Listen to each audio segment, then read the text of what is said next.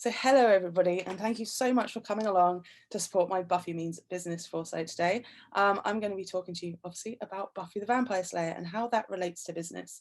Before I get into the 5 things that I've pulled from the show to talk about business in that way, I wanted to just quickly explain basically why Buffy and what Buffy means to me. So I was very fortunate, I would say, that Buffy started airing just as I started high school, and it finished airing just as I went off to university.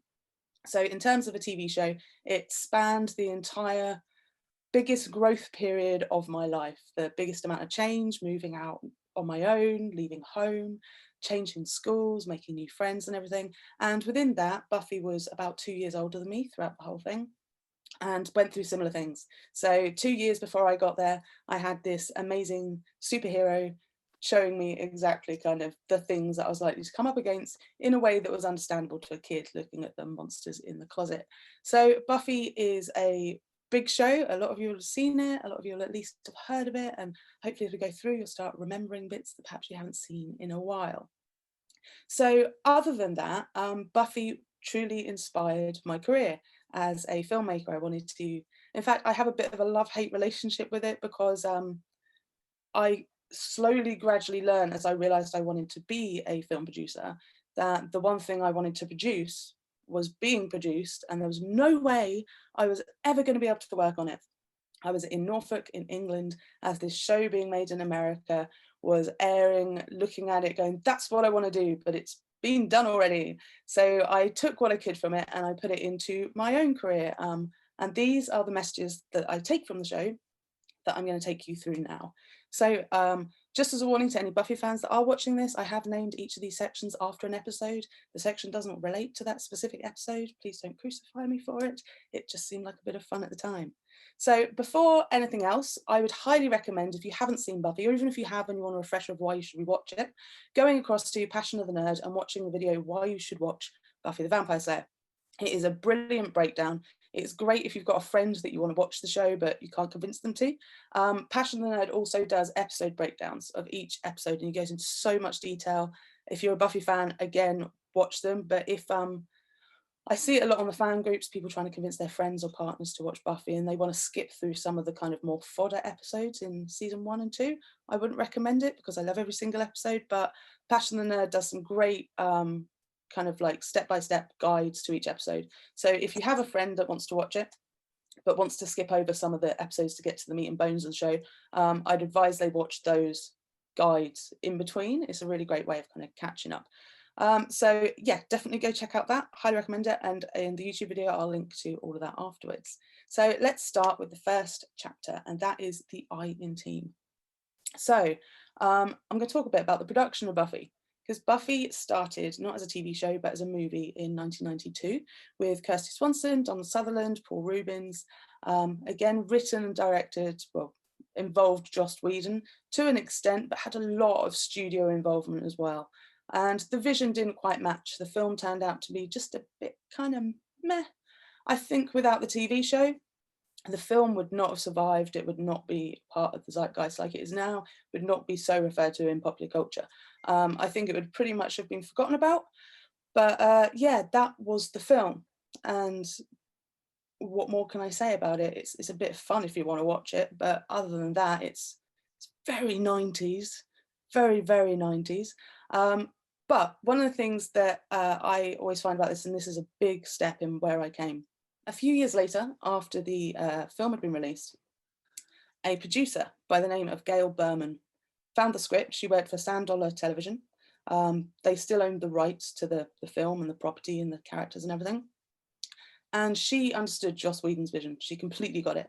She realized that the film wasn't the kind of sassy, upbeat, wanting to change that stereotypical female character that was in so many movies and TV shows at the time. She understood exactly what Joss Whedon wanted to create in the show. And she had the script, so she called up Joss and was like, let's make a TV show. Let's make a TV show. And Gail Berman really is the producer that championed bringing Buffy back. It was made as a pilot. I don't know if any of you have seen the unaired pilot. It's really worth watching. Not a lot changed between them other than a massive change of recasting the Willow character. I do feel bad for the actress that played the original Willow character, but Alison Hannigan is extraordinary as the role. So it was the right choice to make. It was then turned into a short run series, so it was 12 episodes, to be used as a mid-season replacement for another show that had been cancelled at the time. So Gail Berman, female producer in the 90s, came out of nowhere. Anybody that wants to really talk about things like feminism in the 90s and pop culture and that, you can say that Joss Whedon wrote the characters and everything as much as you want, but I always credit Gail Berman with kind of bringing that to the forefront, allowing that to happen. An interesting thing that you might not know about Sand Dollar Entertainment and the producers behind Buffy the Vampire Slayer is Dolly Parton and Sandy Galen. Now, Sandy Galen used to be Dolly Parton's manager, and they went into production together to create a production company, Sand Dollar Television. They didn't produce much in their time. They produced Buffy. Also, quite notably, they did Sabrina, I think Melissa Joan Hart version in the 90s. They also did the Father of the Bride movies as well, so you might know of those. A very small production company. But again, this is the point I wanted to make, that originally Joss had this idea and this plan, and he built the wrong team around him, a wrong team that wanted to change his vision and make it commercial and not take all of his notes and his understanding of what he wanted to create. But by surrounding yourself with the right team and the right people and finding the right people that believe in your vision, you can succeed. Even if people think you're crazy, even if people think it won't work, if you've got the right people behind you and the right team, as Joss found with the TV show, bringing in new producers, new writers, new cast and all of that, he managed to create something that has lived on. So that is the first thing that I would always take away from Buffy the Vampire Slayer. Even before the TV show really existed, there was a strong female producer championing the way for that. There was a recreation of a team to create a singular vision, and everybody was behind that. So that is tip number one. Surround yourself with a team of people who believe in what you want to achieve. Chapter 2, passion. So throughout all of Buffy, Buffy as a character struggles a lot with this idea that she has been the chosen one. She has been handed these powers to fight the forces of darkness, and she begrudges it. She resents it a lot. She's only 15 when she's handed the powers. She turns 16 shortly after the season starts. And at the end of the season, there's a great line, you know, Giles, I'm 16, I don't want to die. So she is constantly trying to fight this idea of, is it a job? Is it a calling? Is it a prophecy? What is it? Great quote from Kendra here in season 2. You talk about saying like it's a job. It's not, it's who you are. But this is something that continues throughout. Again, end of season 1, she quits, she resigns, she fires. She talks about it very much in a job. But as we go throughout the show, we also see her take on other jobs. It's used mainly for comic value, but I think that there's a lot of messages that you can draw from the other jobs, working in a burger bar, in retail and construction. All of those things is a great example of other people trying to do it, and not just trying to do these jobs to earn money, but doing them while along doing what they're passionate about and what they've been chosen to do. Now, a lot of us will have started our businesses basically probably working in bars, maybe working in Tesco's, bagging things, trolley people. Everybody's had those little jobs that help them get where they are. And in some ways, they're just as important as building who you are and how you're going to succeed in your business. If you start your business by being handed a bunch of money and you've never got to do a hard day's graft in your life, well, we've seen that with Donald Trump, haven't we? We've seen the sorts of things that come out from too much being given and not being able to work for it. So throughout the show, Buffy works hard, sure, but she continues thinking about it as work. And towards the end, this is where in season 7, she finally understands that it's not just about a job. It's about being cool to do something. It's about being passionate about it. And ultimately, it's her passion that drives her through. It is the belief that what she's doing is right that pulls her through. So this is my second tip and how it relates to business, that if you are passionate, and I know Melanie said this a lot of times when you've done it, but if you're passionate about your work, it is never going to be a job. So whilst over the 7 seasons, we do see Buffy struggle with this idea, and we will all struggle with this. Nobody likes doing their account bits, or there's lots of bits in business that you don't like doing. But overall, if you like what you're doing and you're passionate about it, it'll never be a job to you. And that is something that I've always tried to work out, even when things have been a bit bad or things have been a bit, you know, this year specifically with the lockdown and everything, I have always kind of come back to this idea that I love what I do. And I could be doing something else. I could be struggling packing bags for people in Tesco's, but I'm not. I am creating videos, even on a much smaller scale than something like Gail Berman was doing. I am still doing that, and I should take pride in that and take passion from it. So, chapter 3, villains. Now, throughout the show, Buffy faces a whole host of villains. There's little villains in your Monster of the Week episodes. There's mini villains. They're ones like Mr. Trick that go over a few episodes. And then you've got your season big bad. And your season big bads are the person that season is going to be the main antagonist. And sometimes they don't come into the season till quite late. Sometimes they're already in it and you don't see it coming. Running through who these villains are. In season 1, we have the Master, an ancient vampire. In the grand scheme of things, once you've seen the whole show, you realise he's not much of a threat, really, but he does manage to kill Buffy for her to be brought back to life by her friends moments later. She drowns, if you haven't seen it, so she's resuscitated. It's not a massive mystical thing like it's the second time. In season 2, we have the boyfriend gone bad, which is just extraordinary piece of television to watch. And I remember as I don't know, I must have been about 14 when that episode coming out, crying for about 3 hours after the final of that season, as I'm sure a lot of people did. On a side note, I watch a lot of reactors videos. If you're a Buffy fan and you don't cry at these moments anymore, go and watch some reactors cry to them instead. It's joyful watching them be torn apart for the first time. Season 3, we have the Faith and the Mayor. Faith being the second Slayer that comes along, who is the bad version of Buffy. She's the dark side, if you want, and that is a whole other thing of Buffy seeing herself reflected in the enemy of that season.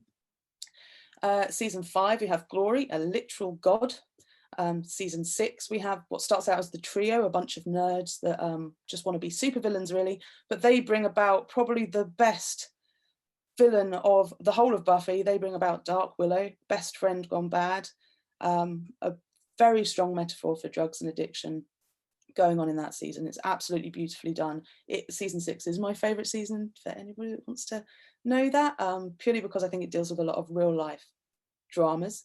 And then in season 7, we have the First and Caleb. Caleb not so much, but I had to put Nathan Fillion's picture in there, so there you go. But we have the First, a power that can take the form of anybody that has died. So there's a lot of Buffy coming up literally against her own face during that season. And the point is that throughout all of these seasons, Buffy is never actually stronger than the villain she is fighting. Glory is probably the most specific one that I'm talking about here. She is definitely not stronger than Glory, and Glory does in fact kill Buffy. As a result of Glory, Buffy dies. She doesn't get killed by her.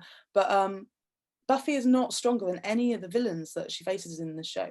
The thing that gets her through it is her friends and her family. And in season 4, we see this very literally when Willow, Giles, Xander and Buffy all combine their essences and their spirits to play different parts in a Super Slayer. So that's very literal there. But throughout it all, Buffy is never the stronger character. The villain always has more power, more strength, more skills, more things at their resources, but it is through thought and caring and understanding that Buffy manages to find a way through it. It's through her friends and family. So, going to steal a quote here from Angel, the spin-off slash sister show to Buffy, that if nothing we do matters, then all that matters is what we do. And this kind of relates to, I see this a lot in my business. I always think about this. There's always going to be a big bad in your life, in your business. There is always going to be an antagonist, whether that's another company that's doing what you're doing, but is slightly bigger than you, better than you, got more customers than you. There'll always be someone who is stronger than you, who is in a stronger position than you are, that is richer than you, is better looking, whatever you want. But the point is that despite there always being someone else, it's not really about them. It's about you. It's about what you do and the things that you take forward from that.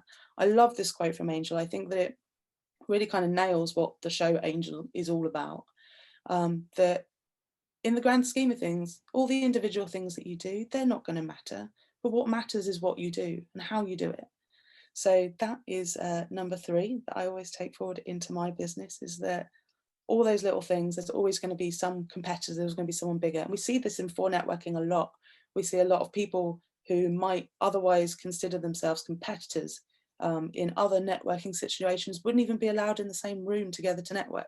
But a lot of the opportunities I found have actually come from other video companies, other animation companies, and other people that don't do exactly what we do, but might be seen as competitors. So there will always be a big bad in your life and in your business, but what matters is what you're doing, not what they're doing. Chapter 4, consequences. Now this, I'm going to talk back a bit about the production. And for this one, this happened years after Buffy had finished. And this is about as the Passion of the Nerd says here, the tragedy that is the Buffy HD remaster. Now, even if you're not a Buffy fan, you've got no intention of going and watching it, I suggest you watch this episode here. It's only 20 minutes, but it really goes into a lot of detail about how much they have screwed this show after the fact. So Buffy was remastered for HD. It was originally shot in the square format that we used to have on our little square TVs. Sit in the corner of your room watching it. And it was redone for widescreen HD, and this is what they did to it. So on the left here we have a shot from the original show, and on the right we have the HD remastered version. As you can see, they've not just to quickly explain some technical things here. When you're filming stuff in the square format, you still have the edges. It's still filmed, it's just they cropped it down for TV. Rather than uncropping it and going back to the original footage and filling in those bits here, what they've done is they've zoomed in.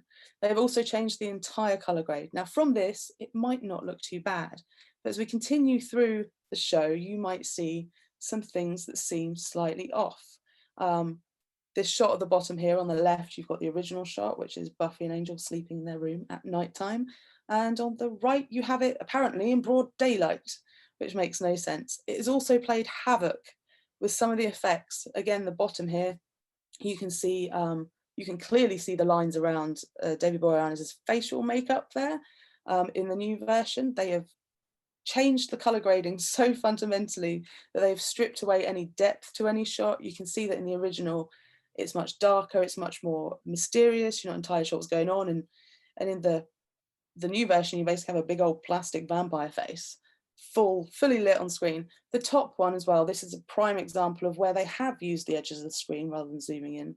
But the problem with that is because directors will work to the square framing, you can see there's just massive blank space on the side of the screen, and it does change a lot of the shots and a lot of the focus of the shots. As someone who has studied direction and shot composition and things like that, it really bugs me to watch, and I can't actually watch the remastered version to do anything other than tear it apart. But the reason I bring this to your attention is because of this, the aftermath of them doing this, the number of petitions that are still going on to this day to get a proper remaster of Buffy. Because when it comes to things like color grading and shot composition, you're talking about a form of art rather than just a way of telling a story.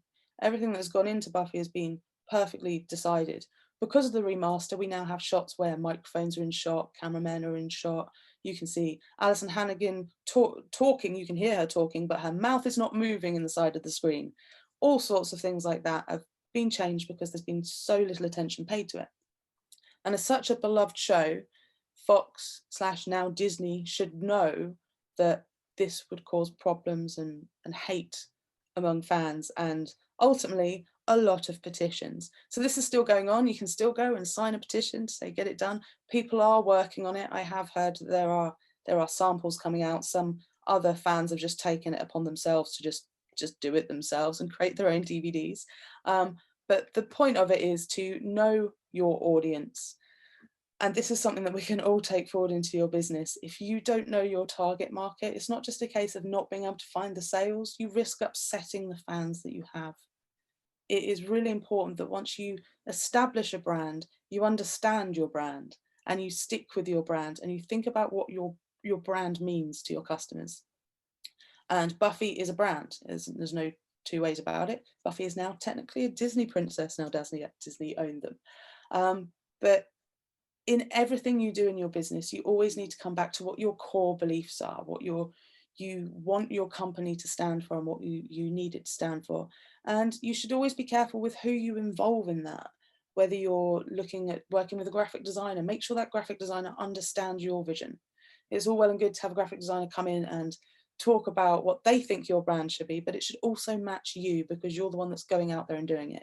So tip number 4 for anything in business is to know your brand and don't piss off the people that follow you and support you.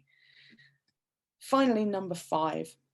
And number 5 takes me to this amazing quote from Xander at the beginning of season 4. Sometimes when it's dark and I'm all alone, I think, what would Buffy do? You're my hero. And this is something that I think about every day. Any difficult situation I come up against, it's what would Buffy do? So I'll take you through things that we've learned and what Buffy would do. Firstly, as we know, you surround yourself with people who care enough about you to tell you when you screw up. Buffy gets called out a lot by her friends, her family, sometimes even the villains call her out. There's a great scene where Spike calls out Buffy and Angel's relationship as them not being friends, and they're always going to love each other, and it's a beautiful moment. And it's by technically the villain of the scene. So people are always calling Buffy out when she does something wrong, and it's the way that we grow.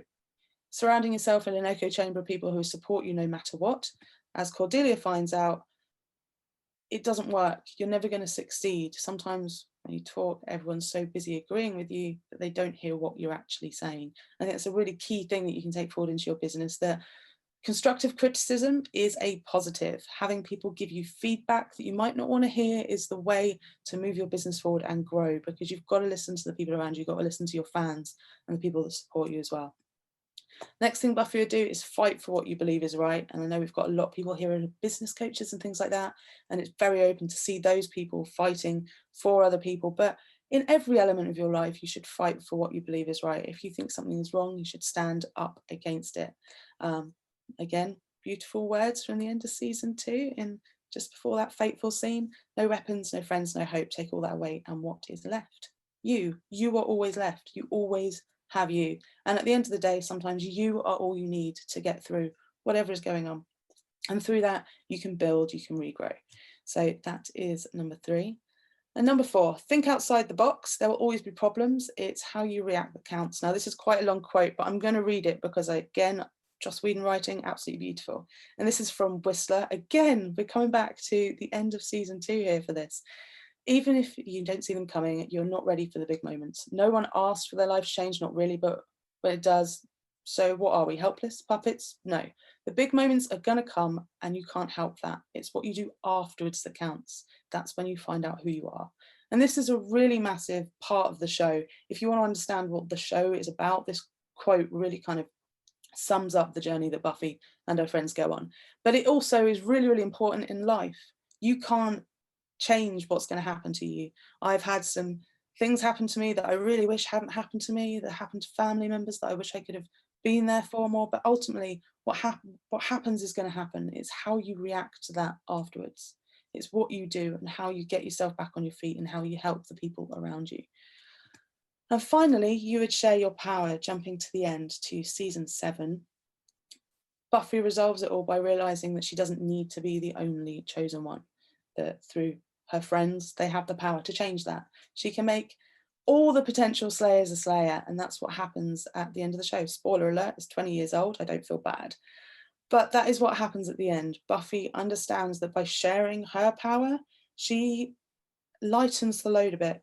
She has people around her that will help and that will fight these evil, bad, monster, demon things with her. And I think that is also something that's really, really important in your business. You might want to try and do everything, but you can't do everything. It's important that it might be that you sub out some work. That's one way of doing it. But it might also be that you find yourself a support group that you can surround yourself with that will help you do these things. And when you get those people, share your power, share the things you know, share the information you've got. That's why a lot of us foresight, that's why we come and give these presentations, so we can share what we understand about the world, about business, that might be able to help others.